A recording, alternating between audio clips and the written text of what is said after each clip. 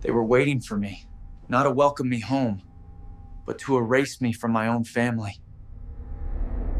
My wife and brother held an intervention to replace me, so I exposed their twisted plan to the entire town.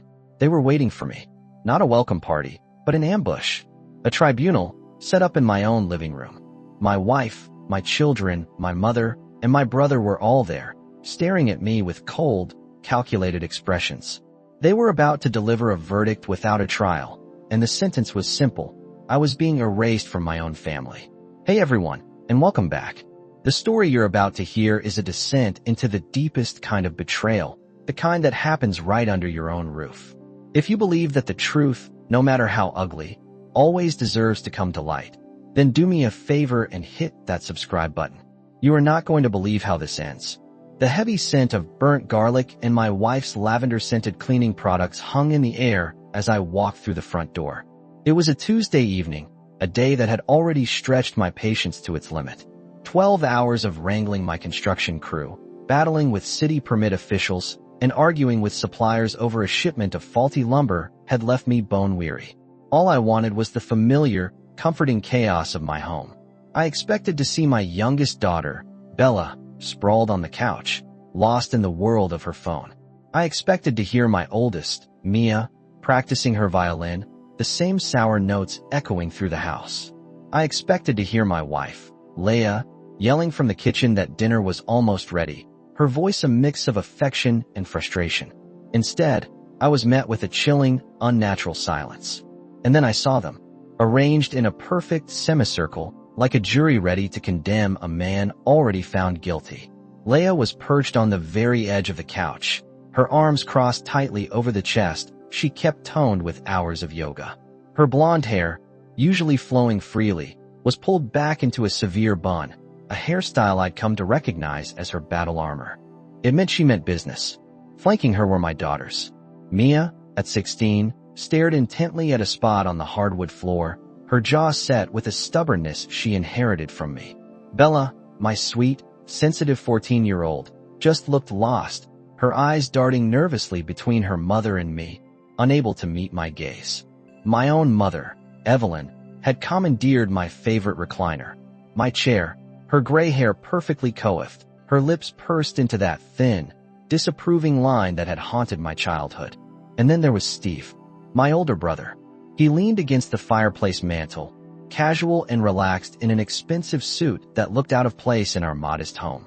He looked like he owned the place, a smug confidence radiating from him that made the hairs on my arm stand up. The silence stretched for a full 10 seconds, each tick of the grandfather clock in the hall hammering another nail into the coffin of my evening. Finally, Bella cleared her throat, the small sound echoing in the tense room. "Dad," she began, her voice shaky but filled with a rehearsed determination. "You need to sit down. We need to talk." I didn't move. My hand tightened around the handle of my heavy toolbox, its familiar weight a small anchor in this suddenly alien world. I set it down on the floor with a deliberate, echoing thud that made them all flinch. After the day I'd had, the last thing I wanted was to participate in whatever this bizarre family theater was. "Talk about what?" I asked, my voice rough with exhaustion. I let my eyes sweep across their faces, searching for an ally, for a sign that this was all some kind of strange joke. But there were no smiles, no winks. Only Steve met my gaze, and the look in his eyes, a mixture of pity and triumph, made my stomach clench into a cold, hard knot. Mia spoke next, her voice firmer than her sister's. "Dad, you need to accept a new reality," she said, the words sounding like they'd been fed to her. "You're not in charge of this family anymore." The words hit me with the force of a physical blow. I could feel my jaw tighten, my hands, calloused and stained with wood varnish, curling into fists at my sides. In charge? I had never thought of it that way. I was a provider. A protector, the one who worked until his body ached to give them this house, this life. "Jack, please, sit down," Leia said, her voice dripping with a fake, syrupy concern she had perfected over our 18 years of marriage.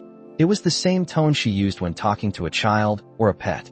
"We're all here because we care about you." A bitter, humorless laugh escaped my lips. "You care about me? Leia, this feels less like an intervention and more like an ambush." What the hell is going on? Steve pushed himself off the mantel, straightening his tie as he took a step forward. My brother, the golden child. He had the college degree I never got, the cushy financial advisor job, the perfect credit score, the life our mother always wished I had. He was everything I wasn't, a fact they had never let me forget. Jack, we've been talking, Steve said, his voice smooth and infuriatingly reasonable. About the kids, about Leia, about what's best for everyone. What's best for everyone? I repeated, the words tasting like ash in my mouth. And what, exactly, did you all decide that would be? Without me? Mia looked at her mother, who gave her a slight, almost imperceptible nod. Then she turned back to me, her young face set in a mask of grim resolve. Uncle Steve is more like a father to us now, Dad. He's the one who helps with homework, who comes to our school events, who actually listens when we talk. Each word was a separate stab wound, a knife twisting in my chest. I thought of all the parent-teacher conferences I'd shown up to late, still covered in sawdust. I thought of the soccer games I'd missed because a client had an emergency. I thought of the countless nights I'd been too physically and mentally drained to decipher algebra problems or review history essays. My voice rose, raw with a pain I couldn't conceal. I work 60 hours a week, sometimes more. I do it to pay for this house you're all sitting in, to pay for your clothes, your phones, your organic groceries, your everything. I'm sorry if that doesn't leave me enough time to be the perfect, well-rested suburban dad. It's not about being perfect, Jack, Leia interjected, her voice sharp. It's about being present. And Steve has been more of a partner to me in the last 6 months than you've been in the last 6 years. Partner. The word hung in the air, thick and suffocating. And in that single moment, all the disjointed pieces of the last few months clicked into place with horrifying clarity. Steve, coming around more often, always with a flimsy excuse, to help with yard work, to fix a leaky faucet. Leia, suddenly dressing up just to go to the grocery store, a new light in her eyes. My daughters, slowly pulling away, their conversations with me becoming shorter, their glances turning from love to something that looked like pity. A partner, I said again, my voice barely a whisper. Is that what we're calling it now? My mother finally spoke, her tone as sharp and brittle as ice. Jack, you are being dramatic. Steve has been nothing but helpful and supportive to this family while you've been burying yourself in your work. Helpful? I nodded slowly, a cold, hard rage beginning to build in my chest, replacing the shock and the hurt. Right. I took one last look around the room, burning their faces into my memory. Leia's feigned sympathy, Steve's smug satisfaction, my daughter's confused, misplaced loyalty, my mother's bitter disappointment in the son who worked with his hands. They had already passed judgment. This wasn't a conversation. It was a sentencing. You know what? I said, reaching down and picking up my toolbox. I think I'll pass on this little family meeting. Jack, don't you dare walk away from this, Leia called after me, her voice losing its calm veneer. We need to work this out like adults. I stopped at the front door, my hand on the knob, and turned back to face them. Adults? You want to handle this like adults? Fine. But next time you want to stage a coup, maybe don't do it in the house I fucking pay for. I walked out, closing the door quietly behind me. The cool night air was a shock against my flushed face. I stood on my own front porch, under the porch light I had installed myself, and felt like a complete stranger. Through the window, I could see their silhouettes huddling together, their heads bent in conspiracy. They were probably already discussing how unreasonable I was, how my reaction just proved their point. I got into my beat-up truck, the engine roaring to life like a wounded animal, and I just drove. My destination was the only safe harbor I had left in the world, Pete's house. Pete Morrison had been my best friend since we were grease-stained teenagers working on old cars. He was the only person who had stood by me through my first divorce, through the lean years of starting my business, through everything. He took one look at my face when he opened the door and simply stepped aside. Beer's in the fridge, he said. He didn't need to ask what was wrong. He already knew something was broken. I told him everything. Every word, every look, every nuance of the sickening performance I had just witnessed. Pete listened patiently, his weathered face growing more grim with each detail. He sat there, peeling the label off his beer bottle in a long, continuous strip until I was finished. So, he said, his voice a low rumble. They basically told you that your own brother is the new man of the house. Pretty much, I muttered, taking a long pull from my bottle. And Leia, she called him her partner. Yep. Pete was quiet for a long moment, his eyes fixed on the peeling label. Jack, he said finally, I've been wondering when you were going to see it. I looked at him sharply, my blood running cold. See what? He finally met my eyes, his own filled with a deep regret. Your wife's been having an affair with your brother for months, man. I thought you knew and were just, I don't know, choosing to ignore it. Even though a dark part of my subconscious had suspected it, hearing the words spoken aloud was like a punch to the gut. It knocked the wind out of me, leaving me breathless and dizzy. The abstract fear had become a concrete, undeniable reality. My voice was hoarse when I finally spoke. How long? How long have you known? I saw them, he said, shaking his head. About 3 months ago, at that fancy Italian place downtown. They weren't exactly being subtle. Holding hands across the table, her laughing at everything, he said like he was the funniest man on earth. I figured you had to know. I set my beer down on his coffee table, my hands shaking so badly I was afraid I'd drop it. I didn't know, I whispered. I suspected something was off, but I thought maybe she was just going through something. I never imagined not with him. I'm sorry, Jack. I should have told you. I feel like a real jerk. No, I said, a strange, chilling clarity washing over me as I stood up. You did the right thing. This is something I needed to see for myself. I needed to see them all, together, united against me. I drove home around midnight, the streets empty and quiet. I expected to find my house dark, the occupants asleep. Instead, Steve's gleaming silver Mercedes was still parked in my driveway, a brazen declaration of his victory. The lights in the living room were still on. I parked across the street and just sat there in my truck for a long time, watching the shadows move behind the curtains. I saw 2 figures embrace. I couldn't make out who they were, but I didn't need to. A cold, dark resolve settled in my chest. They had started a war. And tomorrow, I decided, I was going to start fighting back. Okay, I have to pause here for a second. The betrayal is already unbelievable, but trust me, what I discovered the next day was 100 times worse. The level of planning and deceit is truly sickening. If you're hooked on this story, please consider hitting that like button. It really helps, and it lets me know you want to hear the rest of the story. Now let's get back to it. The next morning, I woke up on Pete's lumpy couch with a brutal crick in my neck and the taste of stale beer in my mouth. My phone was a minefield of notifications. 118 missed calls. Most from Leia, a dozen from my mother, and a handful from my daughters. Voicemails I would never listen to.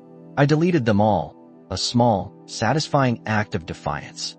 Pete was already in his kitchen, the smell of strong coffee a welcome antidote to the previous night's sourness. You look like hell, he observed, handing me a steaming mug. Feel worse, I grunted, sinking into a chair at his small kitchen table. I rubbed my temples, a throbbing headache pulsing behind my eyes. The shock had worn off, replaced by a cold, methodical rage. I need to know exactly what's been going on in my house. What do you mean? Pete asked, sitting across from me. I mean, I need proof. Hard evidence. If Leia has been cheating with Steve, there has to be a trail somewhere. Emails, texts, something. I'm not going to let them paint me as the crazy, angry husband who couldn't handle the truth. Not when they're the ones who built this whole thing on a mountain of lies. Pete's expression turned serious. Jack, what are you planning to do? I don't know yet, I admitted, my voice low and hard. But I'm not going out without a fight. I'm not going to be the villain in their little story. After another cup of coffee and a hot shower, I felt human again. I drove towards my house, my mind racing. Steve's car was gone. Leia's yoga studio didn't open until 10, so she would likely be home. I needed a window, a chance to get in and out without her knowing. I parked down the street and watched. Luck was on my side. A few minutes later, her SUV backed out of the driveway. She was leaving. I waited until her car was out of sight before I drove up and parked in my own driveway. I used my key, turning it slowly, quietly. The house was silent. I went straight to our bedroom, my bedroom, and started with her nightstand. Nothing but hand lotion, reading glasses, and a stack of romance novels. The irony was so thick I could taste it. But then I saw her laptop, sitting open on her vanity. She'd been careless. My heart pounded against my ribs as I sat down and moved the mouse. The screen lit up. Her email was open, and right there, at the very top of her inbox, was a message from Steve. The subject line was a gut punch. Last night was incredible. My hands were shaking as I clicked it open. The words blurred, but the message was clear. Leia, I can't stop thinking about you. The way you looked at me. The way you touched my hand when Jack wasn't looking. I know we agreed to take things slow, but I'm falling in love with you. We can't keep pretending. I scrolled down, my stomach churning with a nauseous mix of rage and disgust. There was a whole chain, a secret history of their betrayal. It had been going on for at least 4 months, maybe longer. It started innocently enough. Steve offering to help with household repairs. Leia thanking him for being so supportive during a difficult time in our marriage. But it escalated quickly. By the second week, they were meeting for coffee. By the third, coffee had turned into lunch. By the fourth, lunch had become afternoon visits to Steve's condo while I was at work and the girls were at school. The most recent emails were explicit, filled with graphic details that made me feel sick. They described things they had done in my bed, in my shower, on the very couch where they had held my intervention. They discussed their plans for the future and how to handle the Jack situation. In one particularly damning message from 2 weeks ago, Leia had written, I think it's time we told him. The girls already see you as more of a father figure than they see Jack. And honestly, Steve, you're everything he's not. Sophisticated, successful, emotionally available. Jack will never change. He'll always be that blue-collar guy who thinks working with his hands is enough to keep a family together. Steve's response was even worse. You're right, my love, but we need to be strategic.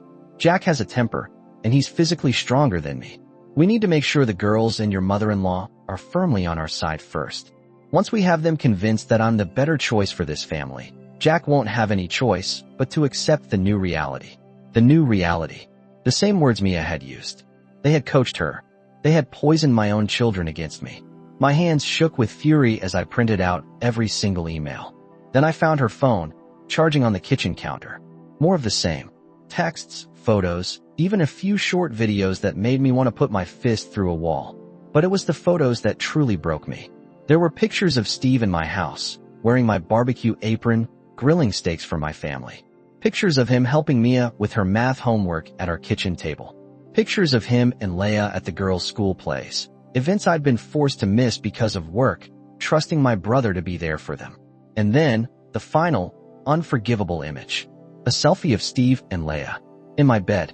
They were both naked, grinning at the camera like teenagers. The timestamp showed it had been taken last Tuesday afternoon, while I was across town, dealing with a crisis on a job site, busting my ass to provide for them. I methodically forwarded everything to my own email, and then carefully deleted the sent messages from her phone. Let her wonder. Let her sweat. Just as I was finishing, I heard her car pull into the driveway. My heart hammered, but my mind was icily calm. I poured myself a cup of coffee and sat at the kitchen table, the stack of printed emails laid out in front of me like a declaration of war. She walked in through the garage door, her yoga mat slung over her shoulder, a serene smile on her face. The smile vanished the second she saw me. Jack, she said, her voice carefully neutral. I thought you were staying at Pete's. Change of plans, I said, gesturing to the chair across from me. Sit down, Leia. We need to have a real talk this time. Her eyes flicked to the stack of papers, and I saw a flicker of panic in her eyes. What are those? Your love letters, I said, my voice dangerously calm. All of them. For months' worth of emails and text messages between you and my brother. Very romantic stuff. Very detailed. The color drained from her face. She was a deer in the headlights. But to her credit, she didn't immediately deny it. She slowly set down her yoga mat and crossed her arms, a pathetic attempt at defiance. How did you get into my email? You left your laptop open, I said flatly. Sloppy. Very sloppy for someone conducting a secret, life-destroying affair. She sank into the chair, her yoga instructor composure finally cracking. Jack, I can explain. Explain what, Leia? Explain how you've been screwing my brother in our bed? Explain how you've been systematically turning my own daughters against me? Or explain how you and Steve have been plotting for weeks to push me out of my own family? It's not like that, she insisted weakly. I picked up one of the printed emails, my hand steady. I read aloud, my voice dripping with scorn. Steve, I can't wait until we don't have to sneak around anymore. Jack is so clueless. He actually thanked you last week for being such a good brother. If he only knew that his good brother has been making me come 3 times a day in the bed Jack pays for. Leia flinched as if I'd slapped her across the face. Jack, please. Please what? Please pretend I didn't read this? Please just pack my bags and go along with your disgusting little plan to make Steve the new head of the household? I leaned forward, my voice dropping to a low, menacing whisper. Tell me, Leia, was last night's family tribunal your idea or his? She didn't answer, but the guilt screaming from her eyes was all the confirmation I needed. I stood up, gathering the papers. Here's what's going to happen. You're going to call Steve and tell him that I know everything. You're going to tell the girls that their perfect Uncle Steve isn't who they think he is. And you are going to start looking for a new place to live. Jack, you can't just throw me out, she whimpered. This is my home, too. Is it? Because according to these emails, you've already been planning to leave me for Steve. Something about his condo being so much nicer than our tacky suburban house. She was openly sobbing now, black mascara running down her cheeks, ruining her carefully constructed mask of serenity. I never meant for it to happen this way. Steve and we connected. And you've been so distant lately, so buried in your work. Don't. I held up a hand, my voice like steel. Don't you dare try to pin this on me. You made a choice, Leia. You chose to betray your husband with his own brother. You chose to manipulate our children. You chose to orchestrate my humiliation in my own living room. These were your choices. Now you get to live with them. I walked to the door, then turned back one last time. Oh, and Leia, you might want to change your passwords. You never know who might be reading your email these days.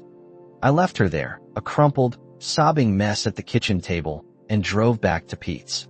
The first battle was won, but the war was far from over. I had work to do. Over the next week, I played the part of the oblivious husband. I went to work, came home for dinner, and even tried to help the girls with their homework, though they treated me with a new, cautious distance.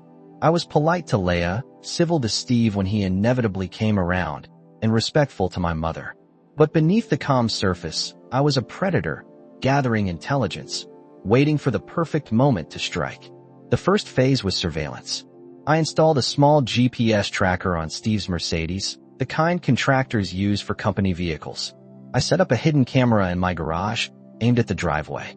I became a student of their routines, their schedules, their patterns of deceit. What I discovered made my blood boil. Steve was at my house nearly every single day while I was at work. He'd arrive around noon, stay for 2 or 3 hours, and leave just before the girls got home from school. He was replacing me, piece by piece.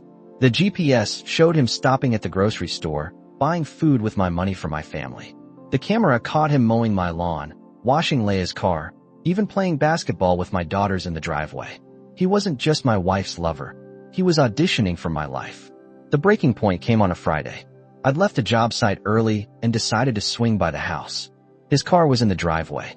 Through the living room window, I saw them. They were on the couch, cuddling, talking, laughing together like a real couple. They looked like they belonged there. And in that moment, I realized that in my own home, I was the intruder. I felt a cold, hard resolve crystallize in my chest.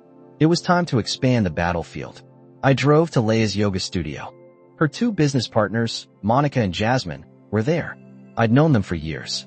They'd been to our barbecues, our holiday parties. They always treated me with a kind of patronizing friendliness. Jack, Monica said brightly. What a surprise.